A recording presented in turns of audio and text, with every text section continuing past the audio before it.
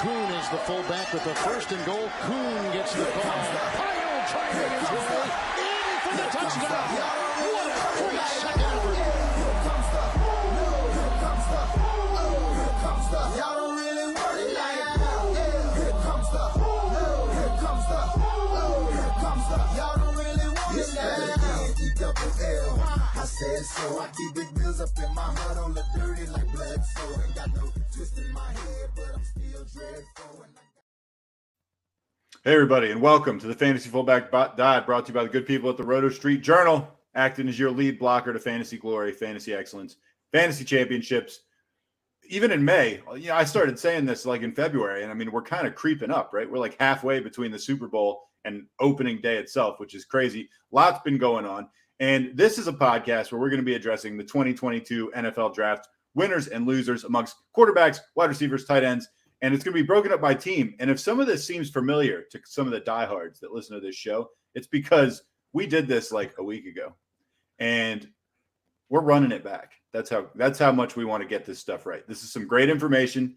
The internet was crappy last time. We don't want to insult you good people by putting up a shitty product, making you listen to a shitty podcast. So we're actually going to run it back better this time, better with the audio quality, video quality, and of course, information's a week fresher. So you can't get any better than that. I, of course, am your host, Nat the Truth Jones. With me, as always, the Wolf of Roto Street himself, cause for celebration in the Wolfdom for a lot of reasons. Let me be the first to say congratulations and to welcome you back to this show for the second time in less than a week. Absolutely. Thank you so much, Truth. Yep. Just popped the question on Monday, right before the John Mayer concert. Absolutely perfect day. We got beautiful weather. She said yes, the most important part of it all, which was amazing. So everything went smooth. Everything went perfect. Saw how the other half lived because my buddy works at the Four Seasons, $4,500 a night at that hotel, but he gave me the friends and family rate, so I got it for a nice discount. And man, it is just motivates me to make sure we blow this up so I can spend a couple more nights at the Four Seasons. Holy hell, it was great. But that's what awesome. A good day. What a great day. But as you allude to, we have a loaded show. We did already run through this once, but the quality was not what we expect, what you guys should expect of us. So we're running it back to make sure we can make a great podcast of it. The news has been updated over the last week as well. It's going to be better. Passing game winners and losers from the NFL draft. We will run this back with the running backs, the backfield winners and losers next week as well. Before I then invite on Scott Barrett, we got Thor from Roto World. We got a great lineup of rookies. Danny Kelly from The Ringer, ideally coming back with us. So we have a lot of great names ideally joining us these next couple weeks as well. We don't have the exact date, so we'll make sure to post that schedule. But if you are just catching us for our rookie content right now, it is going to be off the chain. We have the big rookie drafts coming for Roto. We got a ton of this stuff for you guys lined up. And as you said, we're already in mid-May. Like, we're not even that far from the season. So we have a lot of good stuff cooking here. Thank you guys so much. If you've already seen this, you might not want to watch it again. But if you're here for the first time, this is going to be an improved. It's going to be better. Version. It's going to be better. It's going to be a better experience. Way better. If you haven't already, give us a like, whatever social media account you're watching on, give us the equivalent of a like or subscribe. Why not? On YouTube, anywhere. Subscribe to us. Give us some love. And we're going to get right down into it. But I do want to say, first of all, we are aware that Jerry Jeudy has been arrested for the term is domestic violence enhancement. And I'm not going to pretend that I'm totally schooled on what that means, but generally when the charge has the words domestic violence in it, it's not great. So I don't really know anything more about it than that, but as soon as we do, we'll definitely address it. Could be a big deal. Obviously sucks in real life and in fantasy, could end up not being cool. Also, Tom Brady signing a 10-year, $375 million deal to be an announcer for Fox at a later date. Wow. He's a family man, just making sure he has no time with his family. He already has his lineup for making sure. He spent literally 2 months with his family. Now he has the next 10 years lined up of his career. Right. As long as I don't ever have to stay home with you people and can make enough money to stay at the Four Seasons as much as I want, I'm going to do it. And that's Tom Brady's life, folks. We should all be so lucky. All right, let's get into the actual news of the day, or of a week ago, but just made a little better. And that, of course, was the big trade, A.J. Brown going to the Eagles, and the fallout from that. The Wolf likes Jalen Hurts going to the moon. That's a direct quote. But the pass catchers involved all going to see a slight, if not significant, fall. You would agree, right? Absolutely. Yeah. One of the biggest moves of the draft. I think A.J. Brown's a top 5 receiver in the NFL. So, of course, him landing on a new team is going to have seismic shifts for that team. And then we'll talk about the Titans after we cover the Eagles. But the biggest, clearest takeaway for me is, as you said, Jalen Hurts to the absolute moon. Was the quarterback 6 last year, number 1 in fantasy points per dropback, insanely efficient, number 3 in air yards per attempt. But of course, it was the Konami upside that had him crushing it. Was number 1 in rushing yards among quarterbacks, carries among quarterbacks, and TDs among quarterbacks on the ground. Well, he was also 2nd in red zone carries with 31. The guy crushed every single Konami stat you can imagine. That is still all there in place. There's nothing that's going to change in that front. The guy is one of the most dynamic Jalen Hurts runners at the quarterback position. But what could greatly improve is his passing, with A.J. Brown's specialty being runs after the catch. Last year, Hurts ranked 20th in terms of receiving yards after the catch per target. You now get A.J. Brown, who can knife through an entire defense. Love everything about it for Jalen Hurts. Goes deep. A.J. Brown can do it in the red zone. He can do it all. So Jalen Hurts is now my quarterback 4. And if he was the quarterback 1 at the end of the season, if he plays all 16, 17 games, holy hell, he could go berserk. So I absolutely love Jalen Hurts. Do you think I'm nuts, Truth? Number 4. It's like I've said to you many, many times. My knee-jerk reaction is that you're nuts. And then when I look at the actual data and I look at the guys around him on the list, I don't think you're as nuts anymore. It's one of those things you reflexively just kind of, you react a certain way to a certain name when you put him up at a certain spot on a list. Right. And I don't think of Jalen Hurts as a top 4 quarterback in the NFL, and he's not. I still don't think of him that way. But we're not necessarily talking about that. We're talking about fantasy. And his prowess there is undeniable. I feel like you threw a stat. You might have just said that and I missed it, but I know I've heard you say it in the past. Wasn't he a top, I forget what, like 2/3 of the time, top 12, top 10, something maybe even better than that? 67% of the games, he was a top 12 quarterback last year. Great stat to toss out there. And that, again, was all without A.J. Brown. So you put a top 5 receiver in the game, and it can only help Jalen Hurts. But what does it do for the passing game now? I think it's a downgrade for A.J. Brown, not a huge one, but the Eagles were the one team that ran the ball more often in run play percentage than the Titans did. So that it's the one thing, like, could he not have gone to the Packers? Could he have gone to the Chiefs? Like something like that for A.J. Brown? We'd be talking about as the number 1 receiver in fantasy. Yeah. Had something like that happen. He fell now to my wide receiver 12 because there is some more competition for targets compared to really nobody. Robert Woods' corpse with the Titans. He has now Devonta Smith, had a great rookie season, 104 targets. Goedert had 76 last year. I think both of those guys take a dip in targets. I think A.J. Brown does lead this team if I'm projecting him out in targets and fantasy points and all that good stuff. But wide receiver 12, he was my wide receiver 7 before. So a 5-spot fall for him.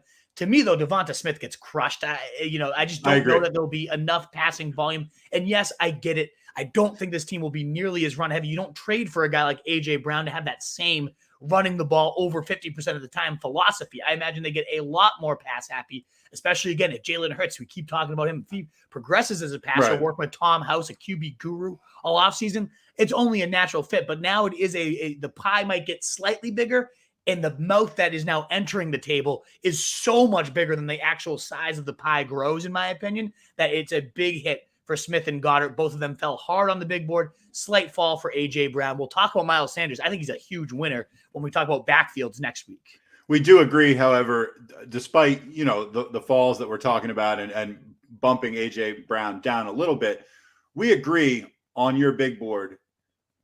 Certainly if you start with tier 4, and if you haven't seen the big board, you should go to roadstreetjournal.com and check it out. When you start with tier 4, that's our 11 guy, 11 through 15. That's the T. Higgins through Chris Godwin range. And, A.J. Brown is in that range. And then once you start with tier 5, Mike Thomas at 16, you go all the way down to, like, say 30, 31 on the list.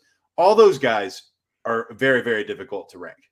And that includes, if you were going to tell me A.J. Brown was going to be the wide receiver 25, I wouldn't be totally shocked. But if you were going to tell me he was going to be the wide receiver 7 or 6, I also wouldn't be super, super shocked. And I can say that about a lot of guys in that range. I won't get into it too much now because we're obviously going to talk about some of those guys. But it's tough to call some of these wide receivers in like the 15 to 30 range right now. It might be the single hardest tier of the entire big board across all positions to rank. That tier of receivers is absolutely brutal. I guess the one last point that we have to make sure to cover for A.J. Brown is You thought about the Breakfast Club last year with Cooper Kupp and how important that was. We got a whole different level of club here. We've got A.J. Brown and Jalen Hurts in the Kids Birthday Party Club. Hurts, how close are they, according to Jeff Kerr? How close are Jalen Hurts and A.J. Brown? His tweet, Hurts was present at Browns' draft party 2019 and then also at the birthday party for Brown's daughter this month when Brown was catching passes from Hurts. I don't know if that means at the birthday party. Like, was that the party at Chuck E. Cheese or just lobbing up bombs? Right. Who knows? But either way, Truth, because you have 2 kids and, love kids and everything, but kids' birthday parties, you don't willingly go to a kid's birthday party unless you truly love that person, right? Well, you at least have to love your kid. Yes. Like your kid has, right. But no, it's a pain in the ass. I personally won't host birthday parties. I'm always going to do it at a neutral site or at somebody else's place. But yeah, that's a big deal. This could potentially be Breakfast Club 2.0. Only time will tell, but I'm looking forward to it. Right. All right. Next up on the agenda, we said we're going to talk about the Titans, and we will. Ryan Tannehill has officially fallen to undraftable, according to the Wolf, but I agree wholeheartedly. And then we're going to talk about Burks, who is going to be force-fed, allegedly. And, of course, the Robert Woods outlook. Robert Woods, another of those guys in that tier that you're going to have a really hard time deciding what to do with, my guess would be. Go ahead, Wolf. Let's start with Tannehill because that's easy for me. You mentioned the word untouchable, and that's where he is for me. You now have Malik Willis drafted there, who, yes, he fell significantly further than I expected. I thought he was the best quarterback in this class, at least the most dynamic, and goes all the way to round 3. I was shocked by how far he fell. Me too. NFL clearly values him differently than we do, and you got to put some stock into that draft capital. That being said, if he is as good as a lot of us think, Thor will talk about in a couple of weeks, had it as the number 1 on his big board. So I can't wait to talk with him about this. That's one, not great pressure for Ryan Tannehill, who we've already seen kind of having a little hissy fit about it. I'm not going to mentor this guy. That's not my job. He's already been talking all Did he say that? Really? Yeah. He said, that's not my job to mentor this guy. What a dick. Ridiculous. Not welcoming him in at all. It is kind of his job. It is, yeah. If you have any type of class. I mean, I get it from a competitive standpoint, I guess, but come on. When we were working at the school together and I'd worked there several more years than you, and you guys showed up, I wasn't like, this son of a bitch is going to have to find out the ropes on his own. It's like part of my job to help you guys figure out what's going on. I can't believe you would say that. I wasn't technically gunning for your job, so I guess there's a little bit of a difference there, but it's the truth. And so Tannehill himself, anyways, quarterback 9, quarterback 11, quarterback 18. So a clear downgrade these last 3 years. Anyways, I think ever since losing Arthur Smith, who had an insanely efficient scoring attack, awful attack. Todd Downing's a moron. Couldn't get this offense going last year. I don't think it's going to improve at all. They've been bottom in the league.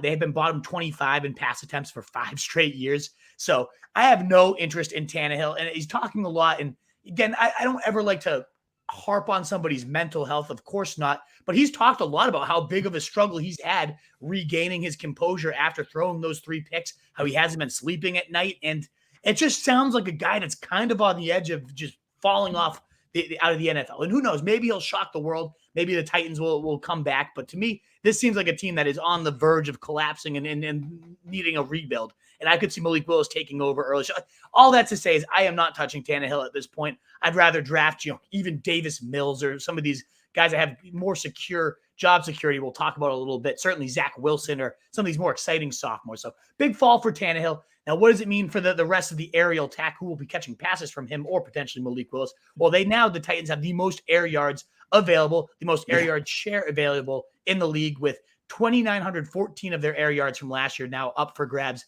75% of the air yards that made up. Insane. They're also number 1 in second most targets available. 233 receiver targets is also top 5. So all that is to say is a huge amount of volume is available. And you mentioned Treylon Burks, the guy coming in here.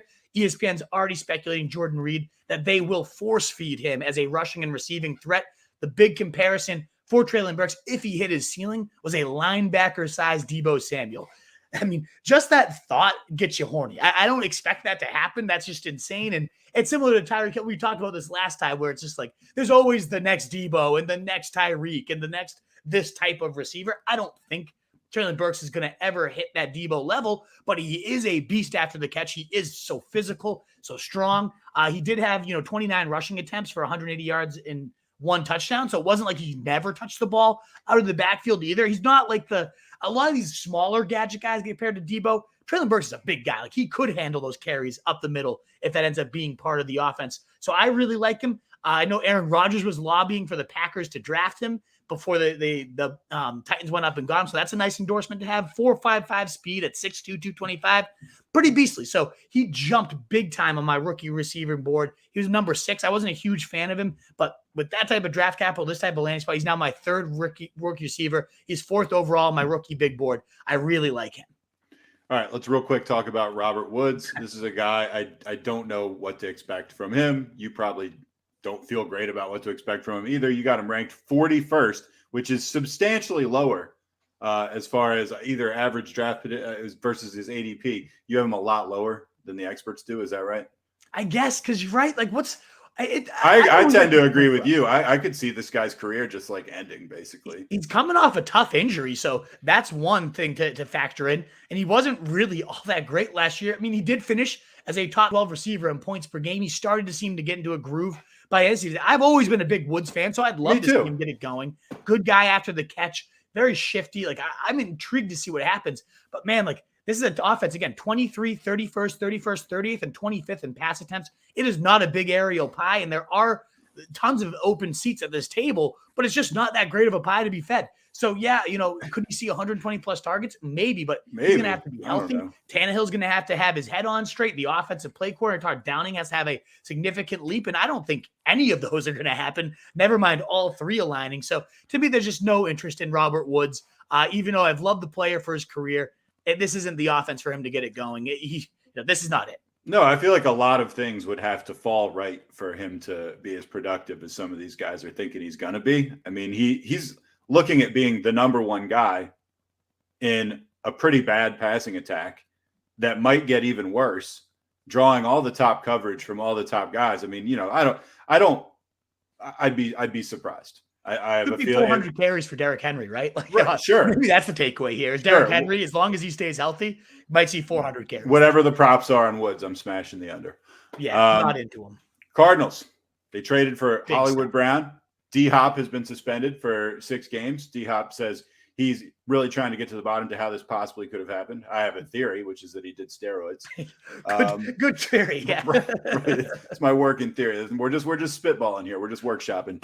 And Hollywood Brown, all of a sudden, at times he seemed a little disappointing, but he actually had decent numbers by the end of last year. And since we're talking about breakfast clubs and we're talking about birthday party clubs, I mean, he and Kyler Murray are legit like best friends, right? Oh, yeah. We're seeing that trend start to happen where receivers really and their college quarterbacks are getting realigned, and the trend is working. It works really nice. So let's look at Hollywood Brown, who I really genuinely think has top 10 upside. In fact, we saw top 10 upside last year through week 9 before Lamar Jackson got hurt. Hollywood Brown was the wide receiver 6 in fantasy. Yeah. And that was after dropping 3 touchdowns that one game. I don't know if you remember that one, but of course I do. Oh my God. That was insanity. He should have had maybe the wide receiver 1 in fantasy points had he had those extra 35 plus points. They were bomb TDs that could have gone crazy. Oh, it was incredible watching him drop those points. That was painful. And he still put up like 18 fantasy points that day, but it should have been 50. Regardless, he had a solid year. And the usage was fine there. 145 targets. That was 9th, 27% target share. 12th, 1,518 air yards. 11th. Quantity was there. Check. But the quality of those looks is the big concern. That's where I think we're going to see a enormous leap forward. He ranked 67th in target accuracy, 59th in catchable target rate, and 65th in quarterback rating, according to player profile. And that's why I think Kyler Murray, one, you already mentioned, the pre-established rapport, the college history. That's great. That's huge. And we even had Peter King writing. He didn't want to be in Baltimore. He wanted a less conservative offense, one that takes big strike opportunities. And he wanted to reunite with his quarterback, Kyler Murray. So bam, check. That's nice. But let's look at the stats as well about Kyler Murray. 3rd in passer rating on deep passes, 25 plus yards.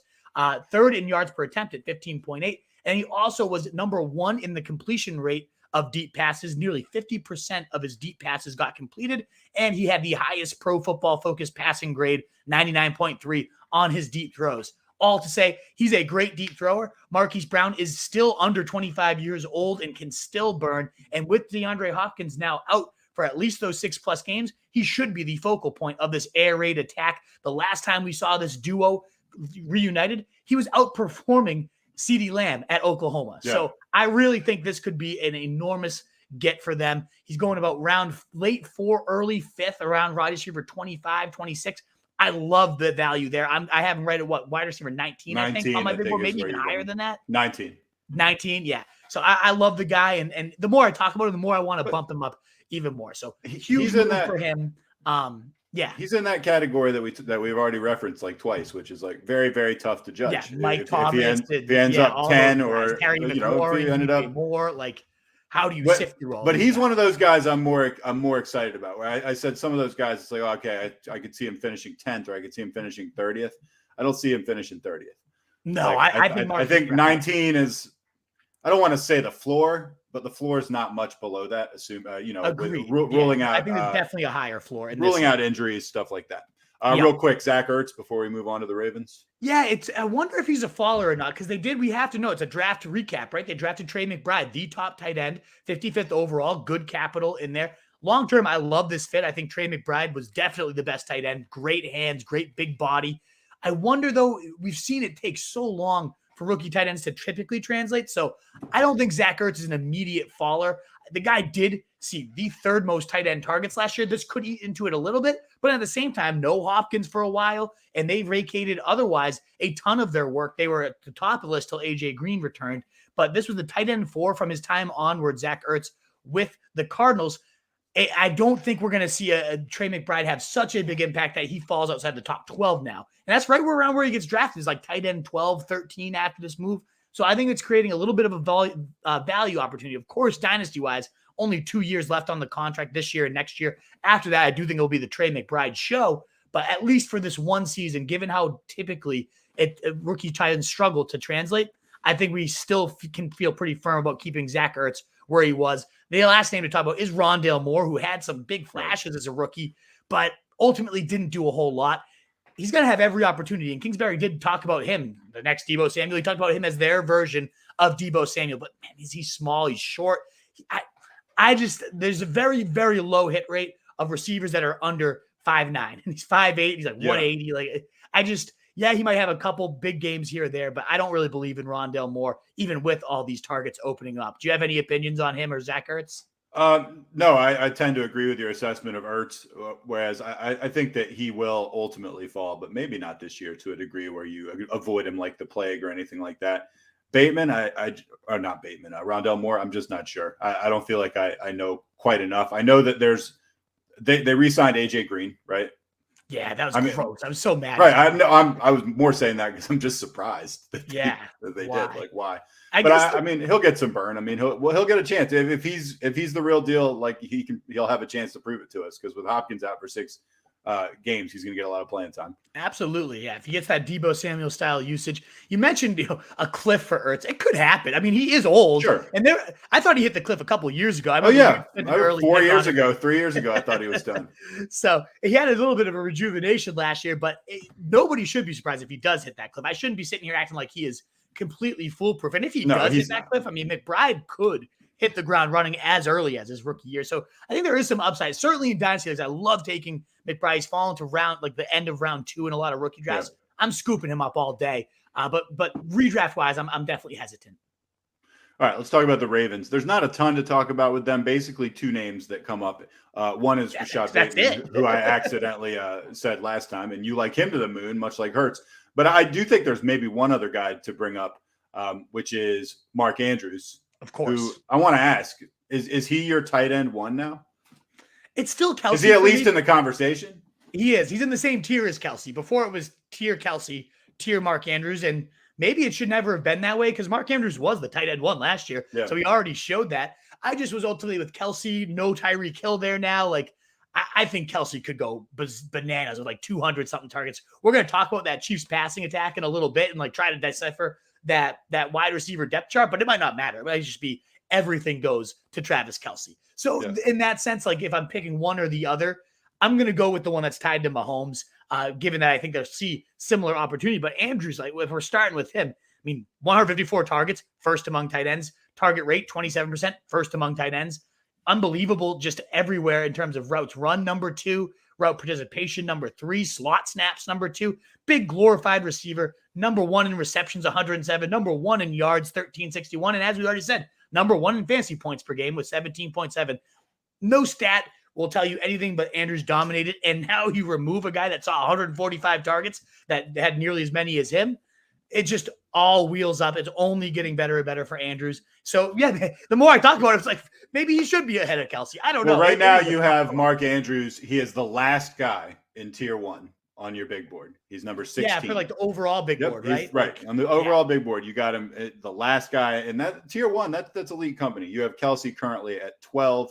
So, they're in the same ballpark. Not far. Yeah, he's at, I believe, 16. So those are like the round one grades. 16 players I have him on. He rounds out that tier, but especially in best ball where you get a huge edge from having these. And I just think in fantasy in general, when you look at all the teams at the end of the year, the team with Andrews last year, the team with Kelsey almost every year, it seems like the teams with the elite tight ends, because there's so few of them, it always ends up panning out well. So I feel like I need to bump those guys up.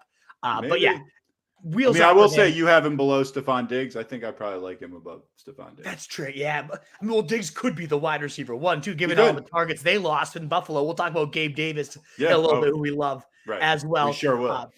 We'll look at Bateman, though. And there's certainly a ton of targets here. We've been referencing available air yards, vacated air yards. My man John Daigle does a great job now with 4 for 4 tracking all this. The Ravens are 4th with 2,311 air yards available. 198 wide receiver targets. That's top 5 as well. So lots of available volume for Rashad Bateman, who every week, it was so frustrating. I had him last year waiting for that breakout because every time he got targeted, it was like a big boy catch. He was making a play over somebody. He was zipping down the field and looking incredibly smooth for a guy that was hurt nearly all of training camp. There was just you could tell this guy was next level, but he never got that next level usage. He never really popped. He deserved. What's that? He never really popped. Never did. And it was so frustrating because if he ever saw the volume, it was so clear he would pop. He ranked number 5 in contested catch rate. The guy has 4.39 speed. Everyone thinks of him as this just possession receiver, but for a big body, he can truly burn. So not quite Marquise Brown as a separator and burning down the field, but he can certainly take the top off the defense and get deep. And now that he's going to step right into that de facto number 1 receiver, yeah, Andrews will probably see more targets, but I do think 120-ish coming his way is going to be absolutely enormous. So big leap up the big board for Rashad Bateman coming into this year as the number 1 target for Lamar Jackson, who I think is the single most overrated quarterback in fantasy. Am I nuts? No, you're not nuts. And actually, we ran this back a week ago, and I made a comparison that you actually liked, which is, we chase these guys' greatest moments in their career. And Lamar Jackson was truly light. What was it, 2 or 3 years ago? He was just absolutely lights out. He won the MVP. He could do no wrong. He was an amazing real game quarterback, and he was a real amazing fantasy quarterback. And he hasn't looked like that since then. But we've seen it. So it's like we chase it again and again. And the guy I compared him to is Cam Newton, who also had a real apex. And then we chased it for a few years after that, and we were chasing fool's gold. Exactly. I think Cam Newton is a perfect comparison. He had that MVP year and was never even really close to that. And for years and years, we chased him as a top 5 guy, and it never panned out. Last year, Lamar Jackson had only 5 games as a top 12 quarterback, 42% of his games played. The other ones were pretty low, too. That's the tough part about him is it's not like the floor is down there. Yeah. It is low. For sure. And so back-to-back years finishing, let me double check here. He finished as the quarterback 15 last year and quarterback 10 the year before, after, again, setting the world on fire with the most quarterback points we've ever seen. Like ever, right. Year by Mahomes. It was great. It was amazing. And yes, he's still going to have insane Konami upside more than anybody in the league. That's never going to go away. And that's what makes him so special as a fantasy product. 1,200 yards, 1,000 yards, but then 700 yards. So that's also going down. And yes, that is games played. He only had 12 games. That's also part of the rub here is because he's running and taking such big hits. He's not that thick of a guy. Those injuries are going to start to come the more and more that happens. So, 9 in points per game. So I said 15 last year. Yeah, I'll give him the benefit of that, but still 9, 10. He's getting drafted as the quarterback 4. That's stupid. I would about Jalen Hurts. Give me him all day. Well, how many games did you say Lamar was a top 12 quarterback? 4 or 5? 5. Okay, compare that to Hurts. 5 of his 12 games. Yeah, exactly. 67% of the time in more games, Jalen Hurts was the number 1 quarterback. Right, absolutely. Yeah, And no, now he has weapons. So I think it's a good point. I wouldn't touch I'm with guy. you. I wouldn't touch him. Absolutely. So yeah, I think he's the single most overrated quarterback, Lamar Jackson, in fantasy right now. If I got him as the quarterback 9 in the draft, sure, okay, but he's not going there. I won't have him on a single team this year. So if he goes MVP mode again, I'm fucked. But I won't do it. Speaking of an MVP who has fallen down the big board, Aaron Rodgers, currently your quarterback 15. Now, this is a guy who I forget his exact stats, but wasn't he like 39-4 or something? Touchdowns, interceptions last year, something crazy like that. Insane. Yeah, insane. I mean, I feel like he put up maybe single-digit points in the playoffs. I'm not sure.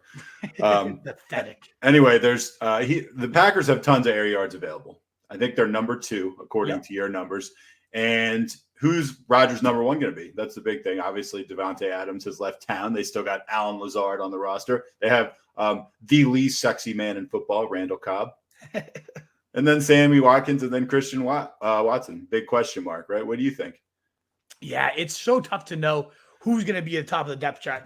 Let's start with Rodgers and the thing we know. I as you mentioned, big faller, goes from QB7 to me to QB15 without Devonta Adams.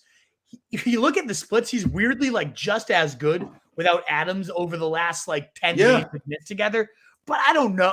Maybe Rodgers is just that good. Maybe he is, and maybe he can be that good with this core. But I don't know if I buy that because he also lost to MBS. He's lost, not that MBS is this world beater that I love. No, but he's a legit NFL receiver. He is, exactly. And now you mentioned that depth chart. Who's going to be the top of it? So Rodgers has been relying on this insane efficiency because he's only thrown the 16th, 24th, and 15th most passes. It's not a very pass-happy attack. LaFleur he's part of that McVay system of establishing the run and then marry that in the pass game and have great play action. And Rodgers is incredible at all of it.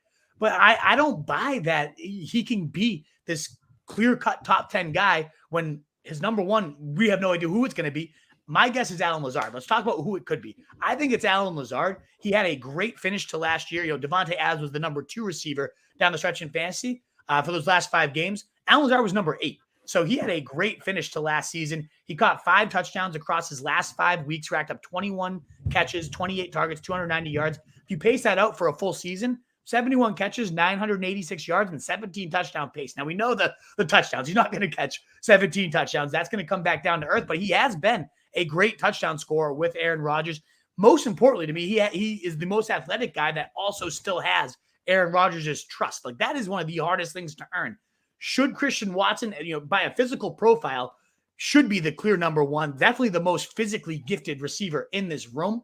But getting Rodgers' trust is crucial. And so even though, according to Scott Barrett, one of my favorite analysts out there, Christian Watson, 19th most athletic receiver he's graded since 2000.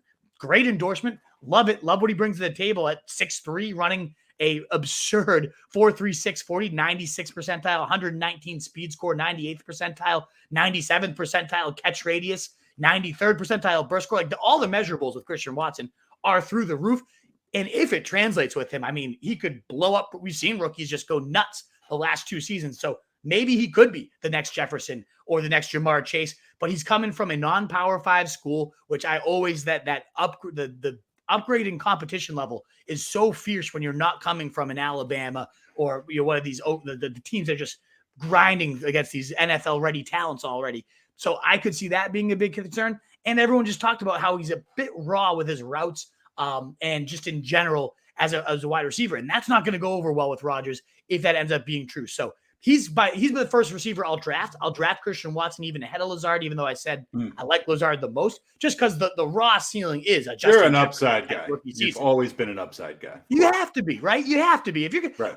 I'm not trying to finish 3rd in fantasy. I want to win my league. Right, and right. That's the type of guy. I want to finish just above like the middle. Exactly. Yeah, right. Nice, steady. Right. Perfectly in the middle of the deck. No, I want number 1, and Christian Watson's the type of guy that could win a league. I really do think Lazard could also potentially win a league if he does emerge as that clear-cut number 1. I'll tell you who I don't think it's going to be. Somebody is going to pop in that offense. And also, by the way, you have Rodgers as your quarterback 15. And I think just based on like his proven production year after year, that's too low. I see why you're saying it. But I will also say there's no way in the world he's going to be the 15th quarterback left on the board in any draft. No, he won't. Nope. It's kind of like Lamar Jackson. He won't be the 9th. I won't have either of those guys on my team. They're two of the guys I'm much lower on than anyone else. So I'm not buying Sammy Watkins at all. If I'm going down the list, Amari Rodgers, their 3rd round pick last year, maybe. We'll talk about Aaron Jones when we go backfields. I think he's by far the biggest sneaky winner. I think his offense is just going to run through him. He's going to be kind of like the Aaron Rodgers is Kamara in Green Bay. We'll talk about him on another day. But the last name, you mentioned the unsexiest guy in football, but he's so unsexy. Love taking him in the last round, round 20 of a best ball draft. Best ball. It's got to be best ball, though. Oh, yeah, because he's not a guy I'm ever going to want to try to predict when he's going to go off or not. But in terms of chemistry, he's the veteran. And they're already talking about, Rodgers already praising him for the locker room presence and him taking these rookies under their wings. And he's the guy that Rodgers trusts. Like, Rodgers is raving about Cobb, even though he is, 75 years old at this point? I have no idea. His 11th NFL season, I'm pretty sure at this point. Doesn't everything that Rodgers says just seem so disingenuous to you, though? Oh, always. I agree with most of these things you're saying about Cobb. I'm sure he has a veteran presence, all that stuff. But I just think everything Rodgers says is so self-serving and trying to play these stupid mind games with the media or everybody else. Just I'm not interested in anything he's saying, and I don't take anything he's saying seriously. And it took me a long time to get to that with him because he's such a talent. But I hate him. What a pain in the ass. I do think Cobb, last round type of dart throw, he's sure. He had a couple 20-point games last year with Adams there. So now without Adams, I think we get maybe 4 20-point spike weeks. And I agree. That's going to get in your lineup. But like I said, only best ball though, because otherwise I don't want to even take up a roster spot with him. Yeah.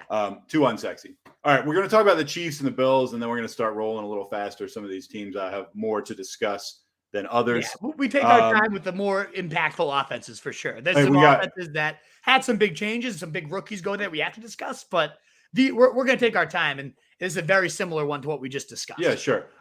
We just did have a comment on YouTube. Someone said chasing peak fantasy production is like addicts chasing that first high. Could not agree more.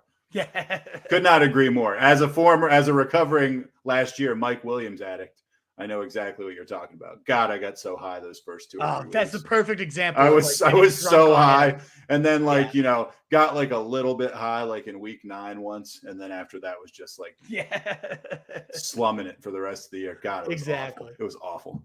But man, it was great when it was working. Great comment from Sion. Yeah, definitely. Chiefs, most targets and most wide receiver targets vacated.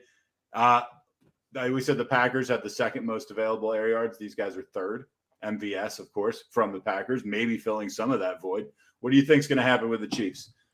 Another tough one to decipher here. The big difference is, of course, we have Kelsey, who 150 targets, lock him in for that, maybe even more at this point, whereas Green Bay has no kind of standover of that nature on the roster. So we already know the target leader on this team. It's Travis Kelsey. But how is it going to trickle down among the wide receiver core behind him? That's a huge guess. I really do like Sky Moore, the rookie they drafted. I think long-term, he's going to be a really nice fit here. 4.41 speed, not bad. But really the big thing with him was just sure hands and sure routes. So very NFL-ready type of prospect that a lot of the teams, the Bills, and these offenses you really respect seem to be coveting. He did fall to them, so who knows, maybe there was a lot of buzz and hype that just was unwarranted. But to me, he seems like a great slot receiver. But that's the tricky part of projecting this receiver core is Juju Smith-Schuster is also a very nice slot receiver who, to me, is my favorite guy of the wide receiver core. Wide receiver 16, wide receiver 9, wide receiver 18, so top 20 in 3 of his 5 seasons. One of those was injury destroyed. He did have a weird random bust after, again, a top 10 receiver season. He fell to wide receiver 39. So I don't know what really happened in 2019. Maybe Juju has kind of fallen off a little bit of a cliff, but I don't want to judge him for last year because he was hurt. He was playing with the worst quarterback in the NFL potentially in Big Ben. I've seen established the run, one of my favorite sites. Mike Leon compared Juju to the next Cooper Kupp, given that he has nice routes, good smooth hands, not this freakish athlete, but a guy that just really could benefit from a huge injection of QB talent. Maybe Juju, that could be the case. So either way, that's my number 1 wide receiver pick on here is Juju as the established veteran. MVS did get a whole lot more money, though, and not that chasing money will lead to fantasy points, but MVS got the money as the clear number 1 receiver in this core. He has the deep speed, 4.33, replacing that Tyreek Hill, the 3rd most air yards, as you alluded to. If anyone's going to fill that deep role, it's probably MVS. The last wild card could be McCole Hardman, who, if there's anybody that's going to do it all, like go in the backfield and do all the unique stuff they did with Tyreek Hill, McCole Hardman would be the naturalist slide in, but we've also just seen him do nothing in his NFL career so far. He had a great rookie touchdown rate and has done nothing ever since then. But there's tons of upside where that guy's going because he is the most natural Tyreek Hill type of replacement. So it's similar like Alan Lazard and a lot of these guys like that. Just, I don't mind coming out of my drafts with 3 Chiefs receivers and 3 Packers receivers, because if I have the number one of either of those offenses at the prices they're going for, they're going to blow up. And then I can cut the other 2 or whatever. I'll blow the roster spots. I'll blow the draft capital trying to find it. Of course, it kills you if you get you take 3 and then the one other guy you didn't take blows up. I was going to say, I don't love that strategy because, I mean, I think that only works if there is an established top guy.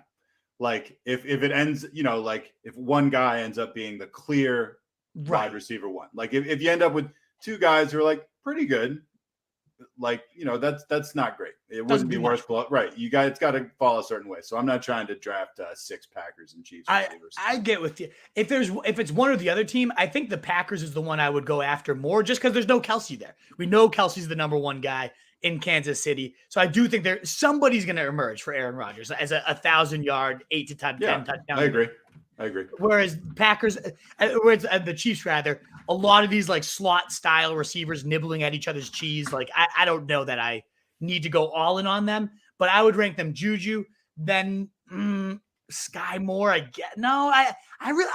Something in my gut just tells me McCole Hardman's going to have himself an okay day. Like, I really think McCole Hardman could rebound. I've been on his train before. I'm willing, especially at the price, to take another late stab. All right. Fair enough. Let's talk about a guy we both really love. Yeah. Draft Gabriel Davis everywhere. That's it. Do it. Just do it. He's in that, tier, the 15 through 30 tier on the Wolves wide receiver or overall board. Is it? No, it's wide receivers, right? Yeah. So he's in that tier 5 that's really, really, really difficult. You got him 22, which is like right in the middle of that tier 5. I'm going to rattle off tier 5 real quick, just to give you a sense of how difficult this is. Mike Thomas. I mean, who the hell knows what Mike Thomas is going to do? He could be the wide receiver 1 for all we know. Right. Or he could not play. Allen Robinson, 17. Jalen Waddle, Hollywood Brown, Elijah Moore, DK Metcalf, Gabriel Davis, Amon-Ra St. Brown, Brandon Cooks, Terry McLaurin, Darnell Mooney, Jerry Judy. He's probably going to fall a little bit. Yeah. Rashad Bateman and DJ Moore. That's tough. And then when you go to tier 6, then you got Juju, you got Michael Pittman, you got Hunter Renfrow, Cortland Sutton, who maybe is going to get a bump now. It's just really, really tough. But as far as Gabriel Davis, I talked about Hollywood. I said, there's a wide range, like 10 to 30, but I don't think Hollywood's going to be down at 30. I feel like he's pretty close to his floor. I kind of feel the same way about Gabriel Davis. I mean, I don't see him being like wide receiver 30, 35. He's a solid bet. You should get him.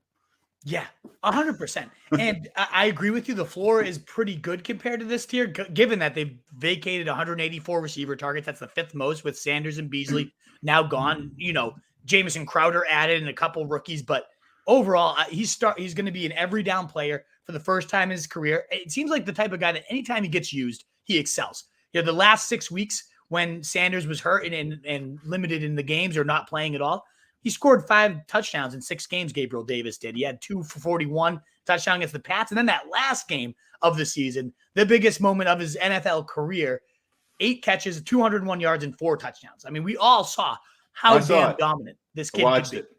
I mean, he has an objectively great quarterback throwing him the ball, too. Like maybe the best in the league. Entering his absolute prime. Like, absolutely. That counts for a ton. It counts for a ton. And he's got Stephon Diggs on the other side, which, Diggs will probably see a little bit more work, but he's also drawing the number 1 cover. Maybe. Right? Like, Diggs is great. I don't want any of this to come off as me hating on Diggs because I'm a big Diggs fan. But if you told me Davis was going to finish with more fantasy points than Diggs, I wouldn't be shocked. Honestly, I thought I was going to have a hot take by saying, like, I could see Davis outscoring Diggs, but it truly, given the fact that he's going to be feasting on the number 2 corners, that's exactly what happened in the divisional round game. And 201 yards and 4 touchdowns. How many times do I have to say that? Like, that is an insane ceiling that it takes special talent to have. And just the fact that the team loves him. The GM just out of nowhere on a random press conference, decided to praise Gabriel Davis. Gabriel Davis, he's a stud. And I mean that in all the sense being said. His habits, he is serious about football. Even his eyes. I mean, he's got that look, the eye of the tiger. I'll go to war with Gabe Davis any day of the week. Well, bring Gabe Davis to war with your fantasy teams this year. I absolutely love the guy.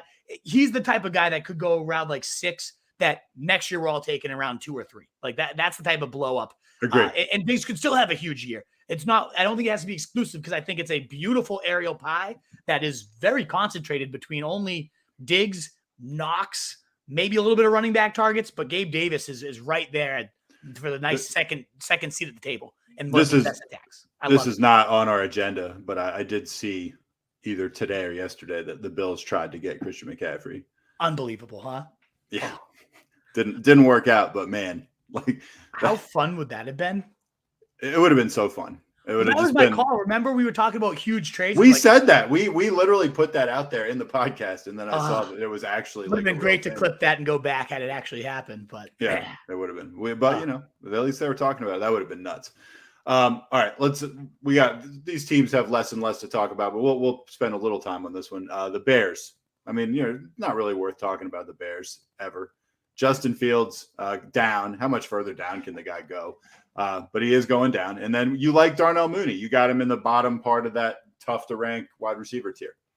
Yeah, and if he finished at the top of it by the end of the year, I wouldn't be shocked because, yes, the Bears suck. I would be. I agree.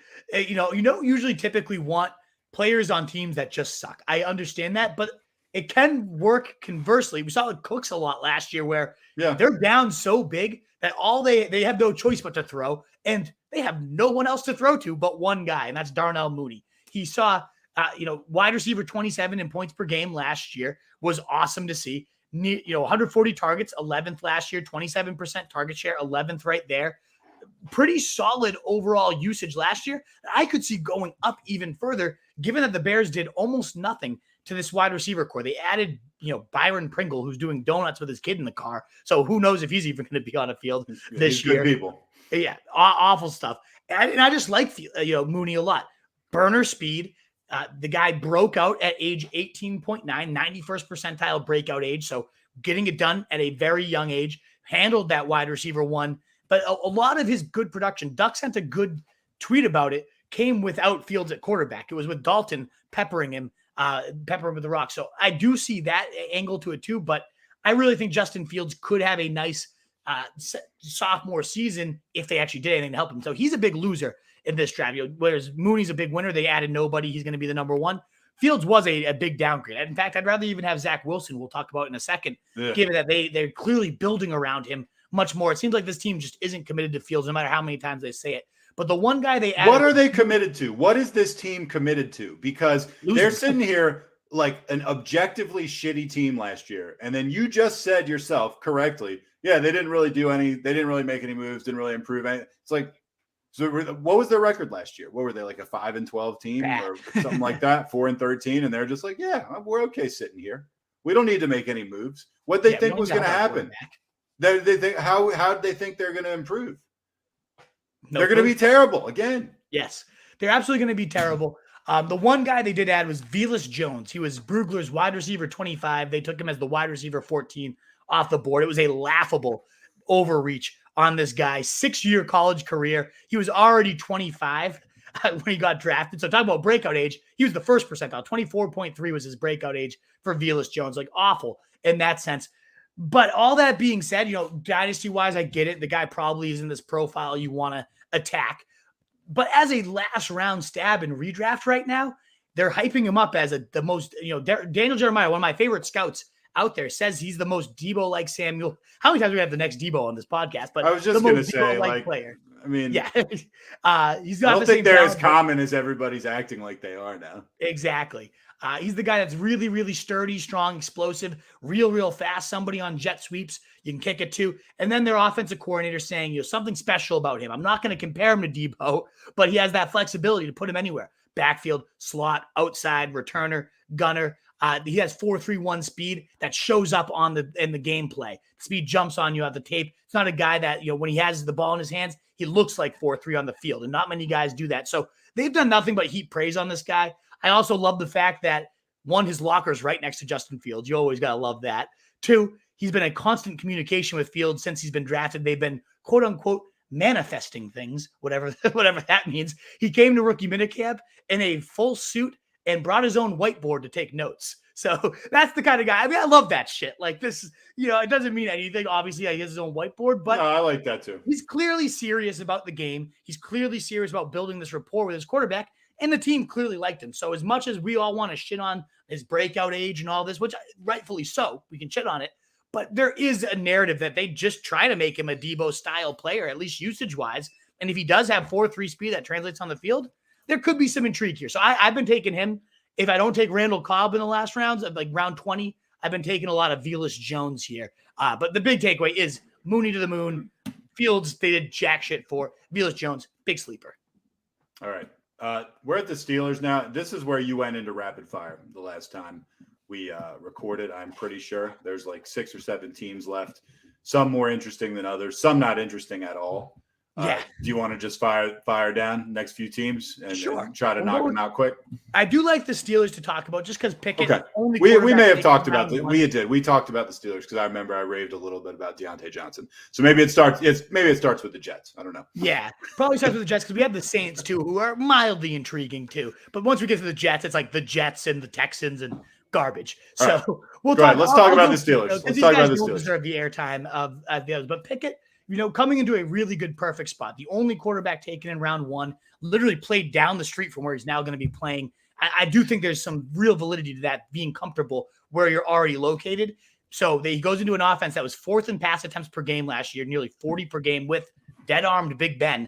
So if he takes over as a starter from day one and he's got those weapons and he's thrown that many times, the results are going to follow. Big Ben was like a quarterback 16 last year, even though he sucked. The volume will be there.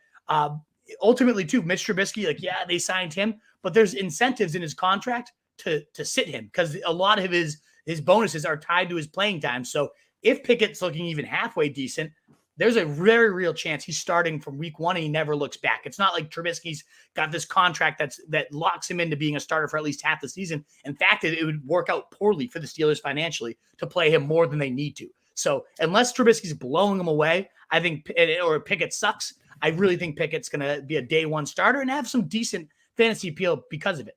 Now, looking at the receiver core, don't you think, just as an aside here, don't you think that even though you're thinking Trubisky might not ever really get to start or might not ever really get the real playing time, don't you like Trubisky more than Big Ben last year?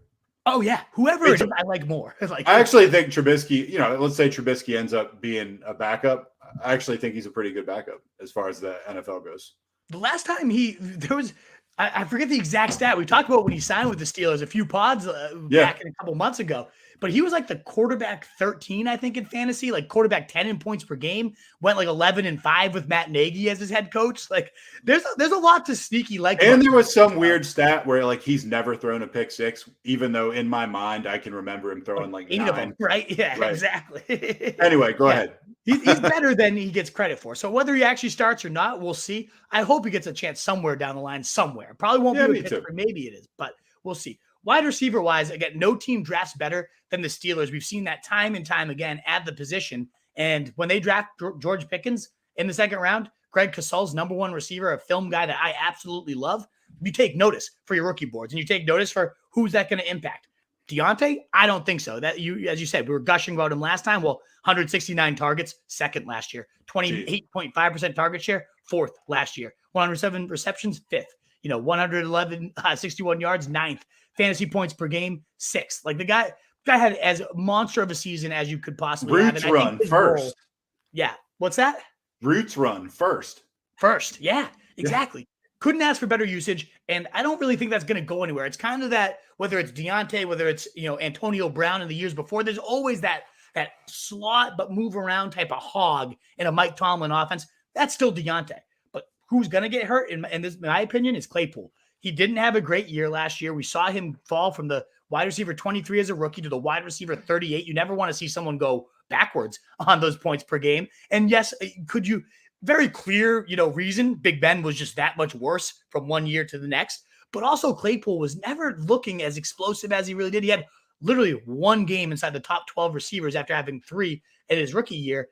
it just wasn't great. And I really think Pickens, I love the Pickens pick. I love that a lot of the experts who I buy into love him as well. And I love that the Steelers love him as well because they know receivers better than anybody. So I think this is a big hit for Claypool. They also took like Calvin Austin, another speed demon, in round 3. Maybe he turns into something too.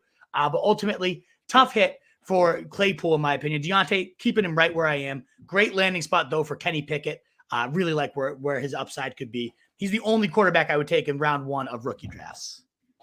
Just real quick, we have a fan commenting in. Congratulations, Wolf, on the engagement. You love to see it. Vikings to the bowl, right? One can wish. Enjoy the night, boys. And throw in $10 Roto Street Journal's way, too.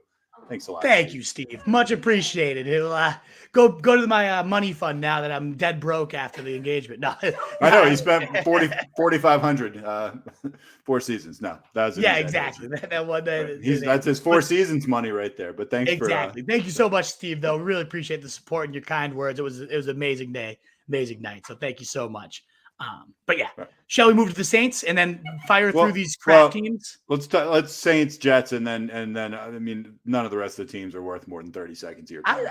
Matt Ryan, I would disagree. I actually think Matt Ryan could be decent this year. We'll give him a little bit of time. I know it's a longer. That's not going to happen. We've been keeping a decent pace with each team. It's just a loaded agenda. We're doing fine. It's a lot to talk about. All right, let's talk about the Saints. Because one, who doesn't love Jameis Winston? You know, if he's your quarterback, you have to root for Jameis. That's always nice. He was actually the quarterback 15 last year before he got hurt, 18.7 points per game. But you remove the game he got hurt. He got hurt in like the first quarter. He had 10 points in that first quarter. And then obviously got hurt and didn't have anything else. He would have averaged 20 points per game if you remove that one and been the quarterback 11 in fantasy. And you look at who he was throwing to. Nobody. Nobody. Not Mike Thomas, that's for sure. Not Mike Thomas, and certainly not Chris Olave, the next rookie they added there, who was my number 2 receiver pre-draft before in there, the most pro-ready by a lot of scouts. I love Chris Olave, explosive all over the field, great after the catch, good OSU boy. I know our boy CJ loves him. So you go from throwing to complete crap and being the quarterback 15 to now having a humongous weapons injection. Yes, Sean Payton's gone. That's a big downgrade. Who knows? How, Pete Carmichael, the offense coordinator, is still there, so hopefully there's some consistency. Losing Peyton does hurt, though. But for a guy that's going at the quarterback 26 right now in fantasy, I love Winston. He has no competition. They added nobody else to breathe down his neck. They beefed up the line throughout the offseason. Yes, they lost their left tackle, but then they replaced him right away. So I really like Winston, assuming he can get healthy. He's fun to root for, and it's going to be a fun offense. You make a good point about his price tag, which is quarterback 26. Because, I was about to bring up a couple, potential negatives about him. And then it's like at quarterback 26, given all the stuff you said, who gives a shit? Because you're right. How much his decision-making improved last year. Well, you lost Sean Payton. Well, there's two big things. Losing Sean Payton's a big hit. And also, let's not discount how horrific that injury was. I mean, I still kind of cringe when I think about it. So you never know if somebody's going to bounce back from something like that. But again, if you're talking about the 26th quarterback off the board, I cannot imagine somebody with a price tag like that I like even remotely as much as Winston. So There you go. And you've seen how he works out in the offseason, some of the weirdest workouts of all time. So if anyone's going to rehab and become a warrior, it's Jameis Winston. Love it. All right. I told you I wanted to talk about Matt Ryan because of all the quarterbacks we talk about here. I think he will be the rest of these names. He has the highest floor and not a huge ceiling, but certainly I think could have a little bit of just nice QB2 if you're in 2 QB league, solid floor here. He's been the quarterback 17, 12, 11, and quarterback 2 across his last 5 years. So not all that horrible. And even last year, before Ridley went down in week 7 and we never saw him again, Ryan was a top before he went down. Yeah, before he quit. Before he was like, I don't want to play football anymore. I just want to gamble. Place the $200 bets on meaningless football games. Right, exactly. Yeah, good. He went down. Before going down, succumbing to his addiction there, he Matt Ryan was a top 12 quarterback in 50% of his games. Matt Ryan had as many quarterback 1 games as Lamar Jackson did last year.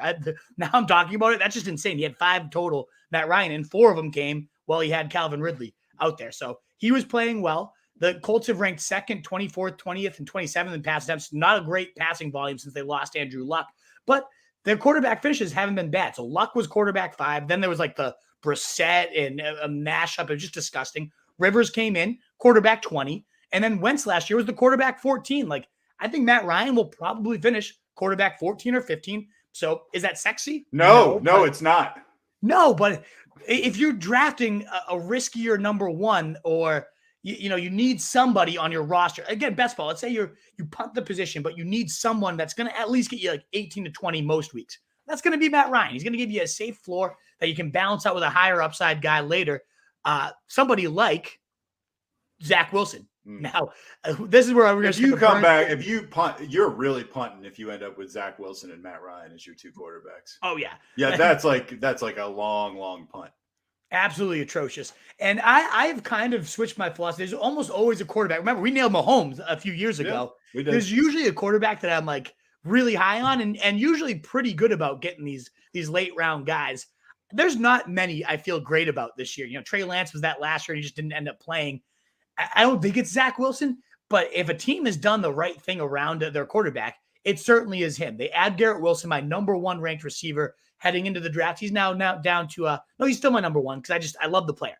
So smooth, pro ready, like similar to Olave, but even better in my opinion. So I love that they gave him my number one receiver here. They beef up the line even further. Then they have the best pass catching running back and just best overall running back in Breece Hall. So loading up Zach Wilson with a ton of talent.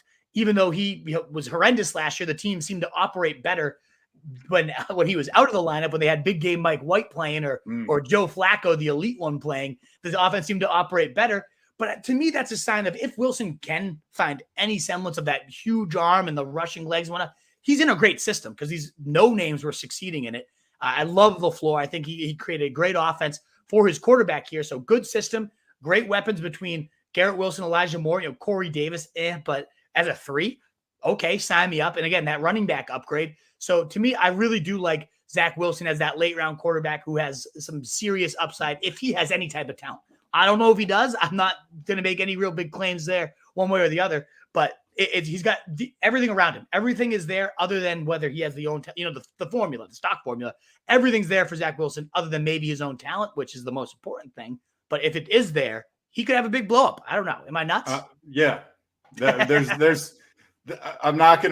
just not going to believe that somebody on the Jets is going to blow up until I see it several times. I mean, they are so inept. They're such a bad franchise.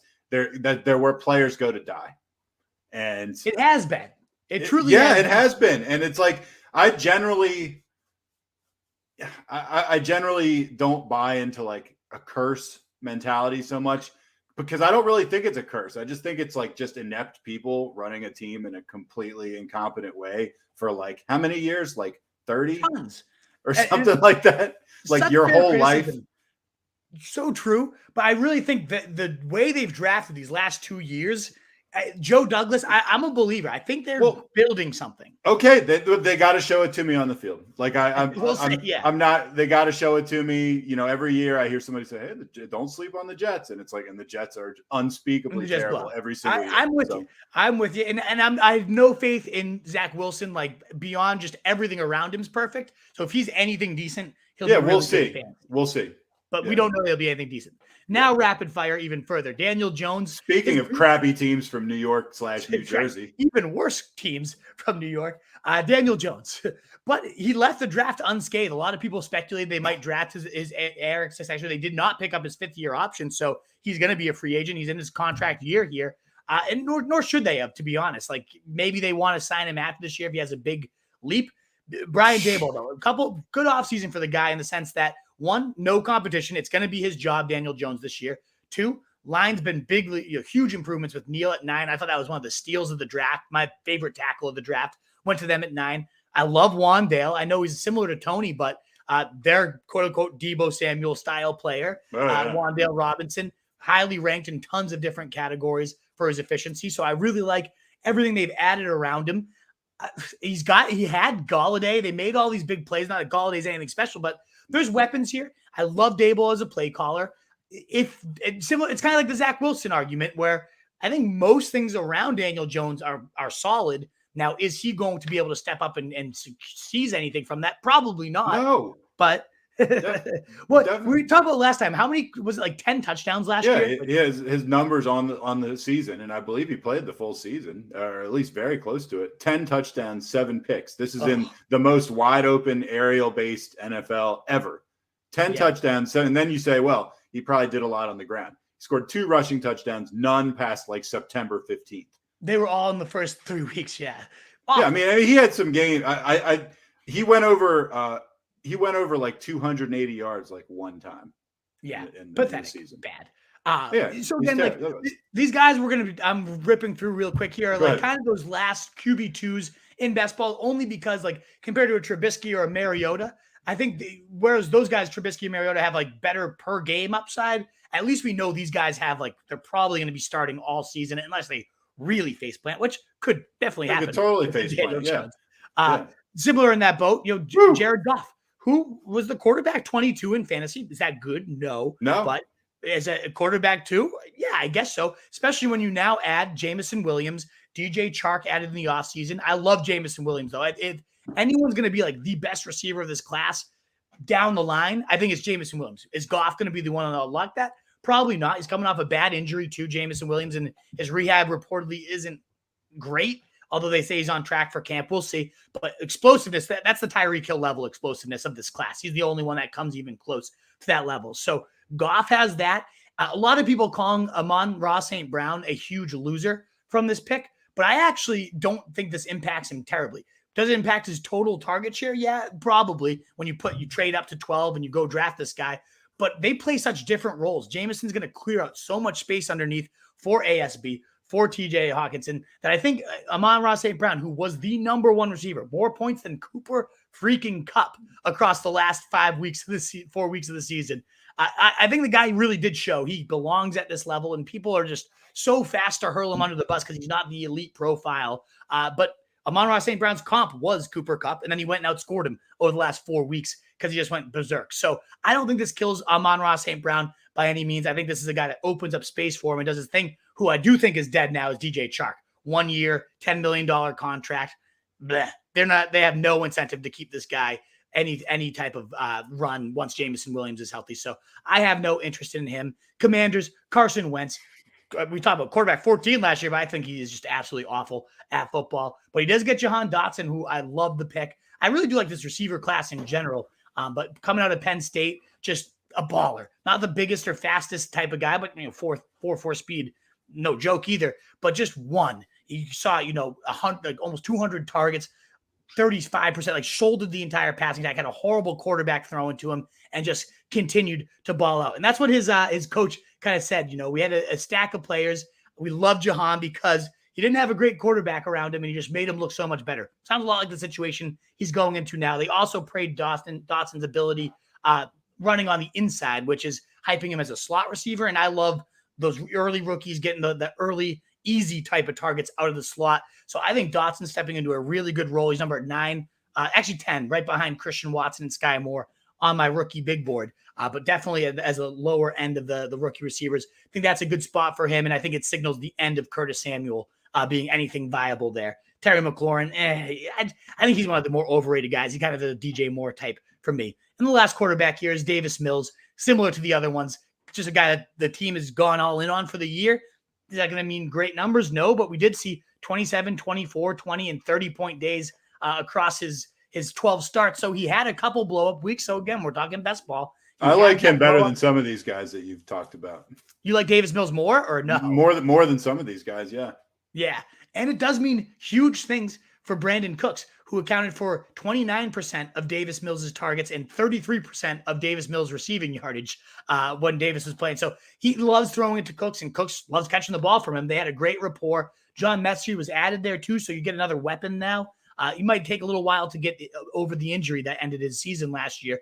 But Davis Mills, better weapons, clear endorsement from the staff. Great news for Cooks as well that Davis Mills will be the guy probably all year. So a guy I don't mind as a last-round stab at quarterback. Whew, rapid fire done. All right, that was awesome. Hey, we're going to just hit the very small mailbag real quick. If you haven't already, give us a like, give us a subscribe, whatever the hell you want to do. We appreciate it. And if you're still hanging around after an hour and 10 minutes for a show that we essentially did last week, you're a diehard. You're a legend. All right, real quick. Ian says, you need to get me on this, B. Hell yeah. He's going to, me and him are going to do a show comparing our dynasty rankings soon. I can't wait. Snow Deal's the real deal. I really like Snow Deal. All right. I can't wait. Bulldog says, hey guys, first to smash the like. Thanks, Bulldog. Thank you, Bulldog. Appreciate the support, brother. Mitch says, what's up? Legend. What's up, Mitch? Evan says, Commanders have a great schedule. Wentz will go huge. I don't know. Come on, Bus. You know I love you, man, but that's delusional. This was my favorite, probably post of the day because I can totally relate. Love that. And then Mitch says, you know who Sion was like? Who were we talking about that produced? I think it's a great comment, but like, you were talking about Lamar Jackson, and then I compared it to Cam Newton. Yeah, yes, that's right. Yeah.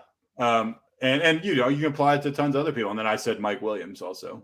But that was more like 2 games in a season, whereas Newton and Jackson each showed us like an epic season. Year, right? Yeah. Mitch liking the Juju call. Now I like this because Mitch posted the first time from Facebook and the second time from YouTube. So Mitch is diehard. He's double fisted. Right. Daniel Howland, I might have missed it. Where do you rank Lance? Where do you rank Kittle? Yeah, we didn't talk about the 49ers much because their passing attack hasn't really changed like the expectations after the draft. Everyone assumed it's going to be Lance, and then Kittle is Kittle. I have Lance at QB 17, and that seems pretty low. And you've got Kittle at 4. Yeah, Kittle's always going to be in the top 5 tight ends because he's such a monster. And yeah, he has his down weeks, but nobody else can have 35-point weeks other than Kelsey and Andrews like Kittle could. I wish he had the more consistent volume because I think he's truly the best tight end in the league as an all-around player. Love Kittle. Maybe my favorite player to watch. But Lance, I have him at quarterback 17. And if you guarantee me he was starting all year, I'd bump him up maybe 4 spots. But the fact that they did not trade Garoppolo, if anybody was a loser from the draft, if you trade Lance is another one because they might start Garoppolo for half the season, maybe the whole year this year. I don't even know. And I wish not. I would not be that surprised if that happened. If Lance has all the upside in the world. We called him the cheat code of last year. He just didn't play. But if he's not on the field, it doesn't matter. And he might not be on the field now, which sucks. Of course, Steve sent us that great post. Thanks again, Steve. Thanks again, Steve. And then Trey, who do you like more in redraft half/full PPR leagues between Mike Williams and Amari Cooper, with or without Watson? Also, he wants to know Najee Harris or Joe Mixon. Ooh, good questions, Trey. Appreciate that. I would say if Watson's playing, I love Cooper. I have him in my top 15 receivers and maybe even my top 12 just because we've seen the number 1 for Deshaun Watson, whether it's Brandon Cooks, whether it's DeAndre Hopkins, they're going to eat. They always eat. So I love Amari Cooper. Mike Williams, maybe a sneaky winner with no other receivers added, the big contract he got, like the big commitment to be the clear number 2 for Justin Herbert. Yeah, I like that, but Cooper's the number 1 for an elite quarterback, whereas Williams is the number 2 at best, probably behind even Eckler there too. So I definitely take Cooper. If Watson's not playing, that changes a whole lot. Oh, yeah. Lows, in which case I'd probably go Williams. So it really does depend on how many games you're without Watson. If it's only 2 to 3, then it's definitely Cooper. If you're without Watson for the season or like 10 games, then I might shift those 2 and flip the rankings pretty aggressively. In terms of Mixon or Harris, ooh, that's a really good one. I'm going Mixon. I know Harris is more often the guy, but the offensive line improvements that the Bengals made is maybe the most under-talked about fantasy story this year. I think Burrow is going to go bananas behind this line. They've gone from I think they were ranked as PFF's 25th line. I could see them going all the way to the top 5 with a big line, the Lael Collins and I have them all written down somewhere. Who's the Ted Karras? They made all these improvements. So they had a pretty good left side already, and their right side was the worst in football. Their center sucked, and they've replaced all 3 of them and replaced them with 70+ graded PFF guys. So all that to say is Joe Mixon is going to be behind by far the best line in his career, within the best offense of his career. That's only going to get more dangerous with a better line for more time for Burrow. Like, I think it's just going to be a scoring bonanza from the Bengals. And I think Joe Mixon has very, very real RB1 upside, like the RB1 upside. Whereas Harris, yeah, I mean, great. Like the usage it's better than everybody in the league. He had the most expected fantasy points of anybody in the league. A little more question marks about how good that offense is going to be. With the line improvements, it's a no-brainer for me. I love Mixon. I'm all in. Agree. All right, that's it. Hey, sweet. Wolfpack, thanks so much. Especially, again, those of you that might have heard this twice in a row. We wanted to make sure to get the right quality to you guys because that means the world to us. We don't do all this prep for the show to then give you a half-assed product. So thank you for putting up with us a week later than we wanted to deliver it to you. But we wanted to get you the best type of quality we possibly could. If you haven't already and you're still sitting here, please consider hitting that thumbs up on your way out. Check out RoseStreetJournal.com. We breed and feed you fantasy wolves on all your socials as well. And I am at Rose Street Wolf. You can find me there. And of course, if you prefer podcasts or you need to listen at work one day, the Fantasy Fullback Dive is where you can find all the audio versions of this show. Whew, I'm the wolf. I'm the truth. And a wolf of fantasy sheep. Be the wolf. Later, guys. Later.